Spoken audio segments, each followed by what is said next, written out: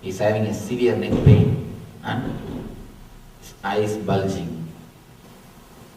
Of course, immediately he ran to doctor. Doctor diagnosed him and said, you need to take medications regularly for 6 months.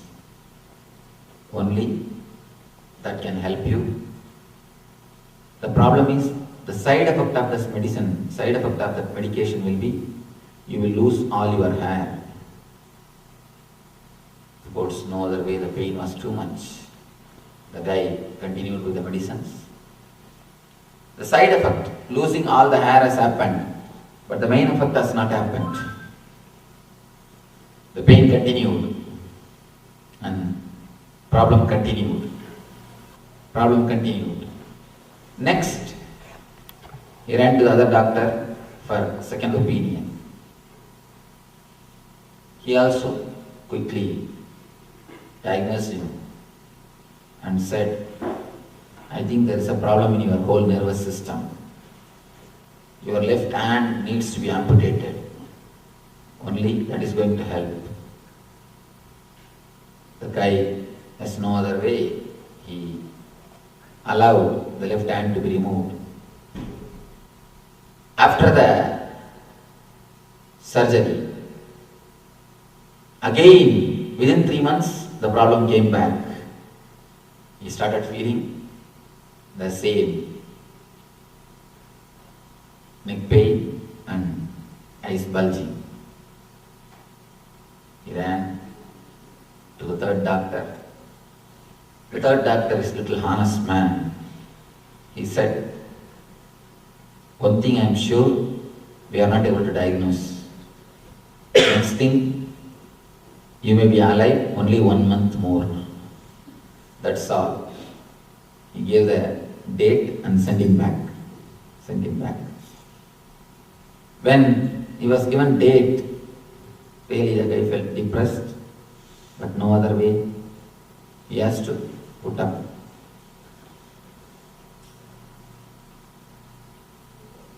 He thought, at least let me start enjoying the life.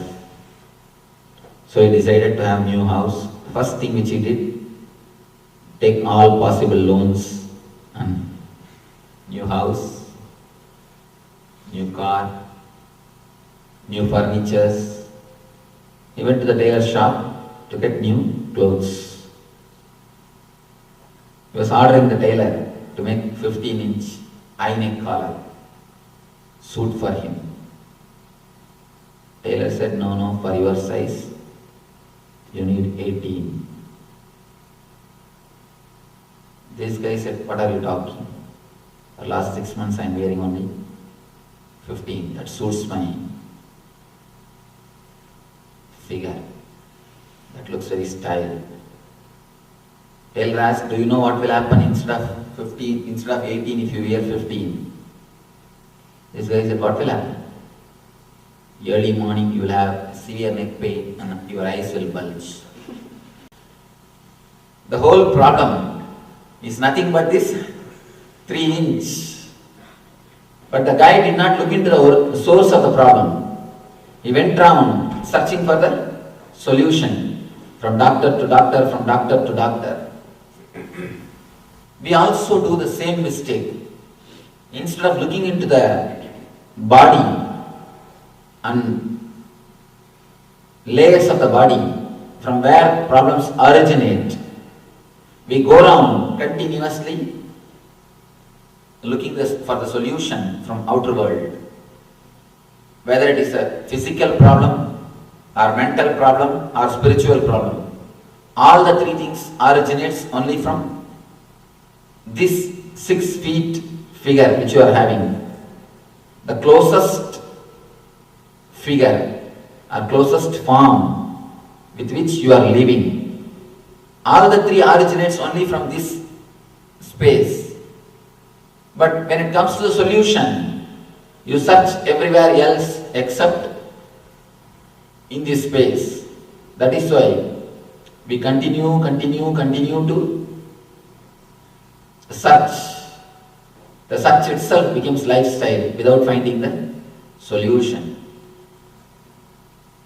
We continue from doctor to doctor.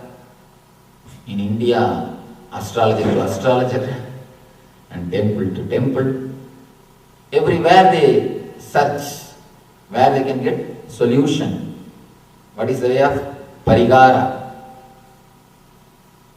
The problem is, if you can look little inside, just relax the 3-inch, the whole problem would have been solved. For him there is no need to lose his hair, lose his hand, and finally feeling depressed or worried about his life itself. There is no need to take so much of tension if you would have looked into the source of the problem. I was telling you about this astrology, a small story which has really happened. In India, one famous astrologer, in India every magazine, they write about this weekly predictions. Here also the habit is there. In American magazines also. Oh. The weekly predictions. One famous astrologer who writes for 10 newspapers in India, 10 popular newspapers are depending on him to get the everyday prediction. He came to attend our meditation camp. After that camp, he became very intimate. So he was asking for a solution for his own problem. Anyhow, after giving the solution, I was speaking with him. I told him, see, one thing is sure. In Shastras, the group prediction is not at all accepted or allowed. The very concept is not there. In the original Jyotish Shastras, the group prediction, predicting for one rasi, for 1 week, the very idea never existed. You can either predict for one person or you can't predict at all. That's all. Prediction can be done only for individual. According to Shastra, it is not possible. Forget about that. Anyhow, don't bother about Shastra. One thing I am surprised.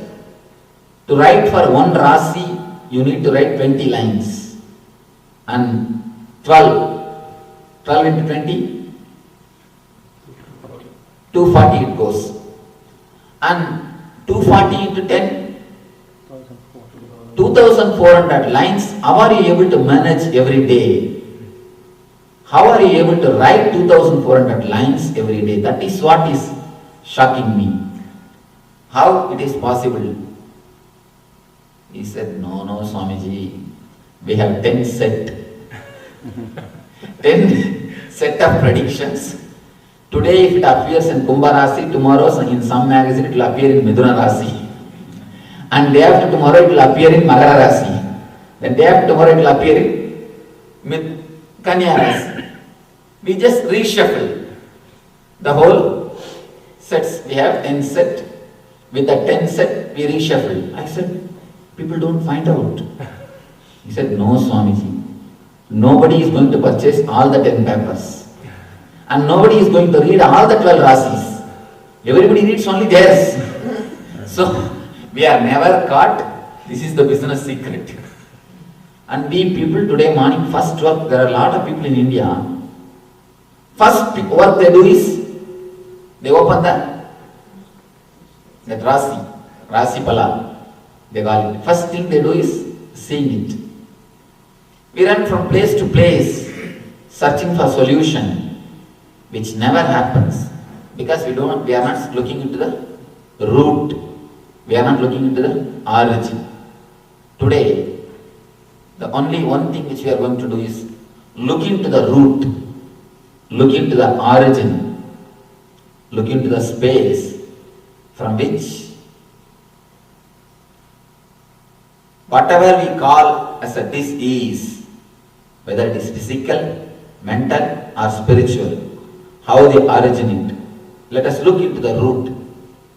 When you look into the root, automatically problem gets dissolved. That is the beauty of the whole problem. As long as you are unaware, as long as you are unconscious, problems continue to exist. The moment you become aware, problems simply dissolve. They not only get solved, they get dissolved. You may ask, how can it be? By nature, your consciousness is intelligence. If you throw your consciousness on any problem, by its own very nature, it will solve it. By its own very nature, it will dissolve it. We need to do only one thing. Put your consciousness, throw the consciousness of light on the deep roots of the problems, not superficially, into the deep roots of the problems. Shakti Spurana. The program is called Shakti Spurana. Shakti Spurana means fountain of energy. Fountain of energy. All the masters of this world. There are thousands and thousands of mystics, masters, rishis, enlightened, sages, swamis. Everybody has got their own opinion about the life. If you ask, should I marry? Somebody will tell marry. Somebody will tell no. Muhammad will tell marry 4 times. Each one has got their own opinion. If you ask about food, somebody will tell I have only vegetarian. The other guy will tell no, you can have non-vegetarian. Third guy will tell no, neither vegetarian nor non-vegetarian. You should have a total sattvic food. Means only leaves, which is not even considered as a vegetarian. But even vegetarian, you kill the plants. In this, you don't even kill the plants. The third guy will tell no, do pranayama, live in the air, that's enough. Everybody has got their own opinion. But in this one point, all the masters, all the mystics, they agree. Man is embodiment of energy. Man as such is embodiment of Shakti. In this one point, nobody disagrees. Everybody agrees. Then it must be something to do with the basic life. It must be a basic point. That is why everybody agrees. Nobody disagrees with this point. Everybody says man is embodiment of energy and man is a living intelligence. And now there are thousands of scientific researches which proves body of the human being has got so much of power, so much of capacity. If it can be properly activated, no outer medicine is necessary. No outside chemicals needs to be injected inside. In the early shamanism and in the early Ayurveda, no medicine was applied from outside. Giving something from outside to inside is considered as a sin. But every disease was cured. In the early medicinal system, it cannot be even called as medicinal system. The early healing system, everything was attended, but by awakening the intelligence of the body, not by giving any outside chemicals, not even herbal medicines. Please understand, not even herbal medicines. In those days, they were able to do. Why we are not able to do? Why we can't do? We can. With the right technique and with the right method, we can do, we can feel again. The body is energy and intelligence. Shakti Spurana. By nature, it is embodiment of energy. Only when we don't know how to handle it, when we don't know how to live with it, the problem starts. We learn everything to live. We learn, we read, we study how to live with the wife, how to live with friends, how to live with kids, the art of parenting, how to win friends and influence people. These are the popular books. We read, we study about everything. How to live with husband, how to live with wife, how to live with kids, how to live with friends, how to live with parents. But we never learn how to live with your own body, which is your closest friend. This whole course, today the whole program, is all about living with your own body. How to live happily, intimately, and in a beautiful way. Live with your own body. If anybody is not comfortable sitting on the ground, they can sit in the chair.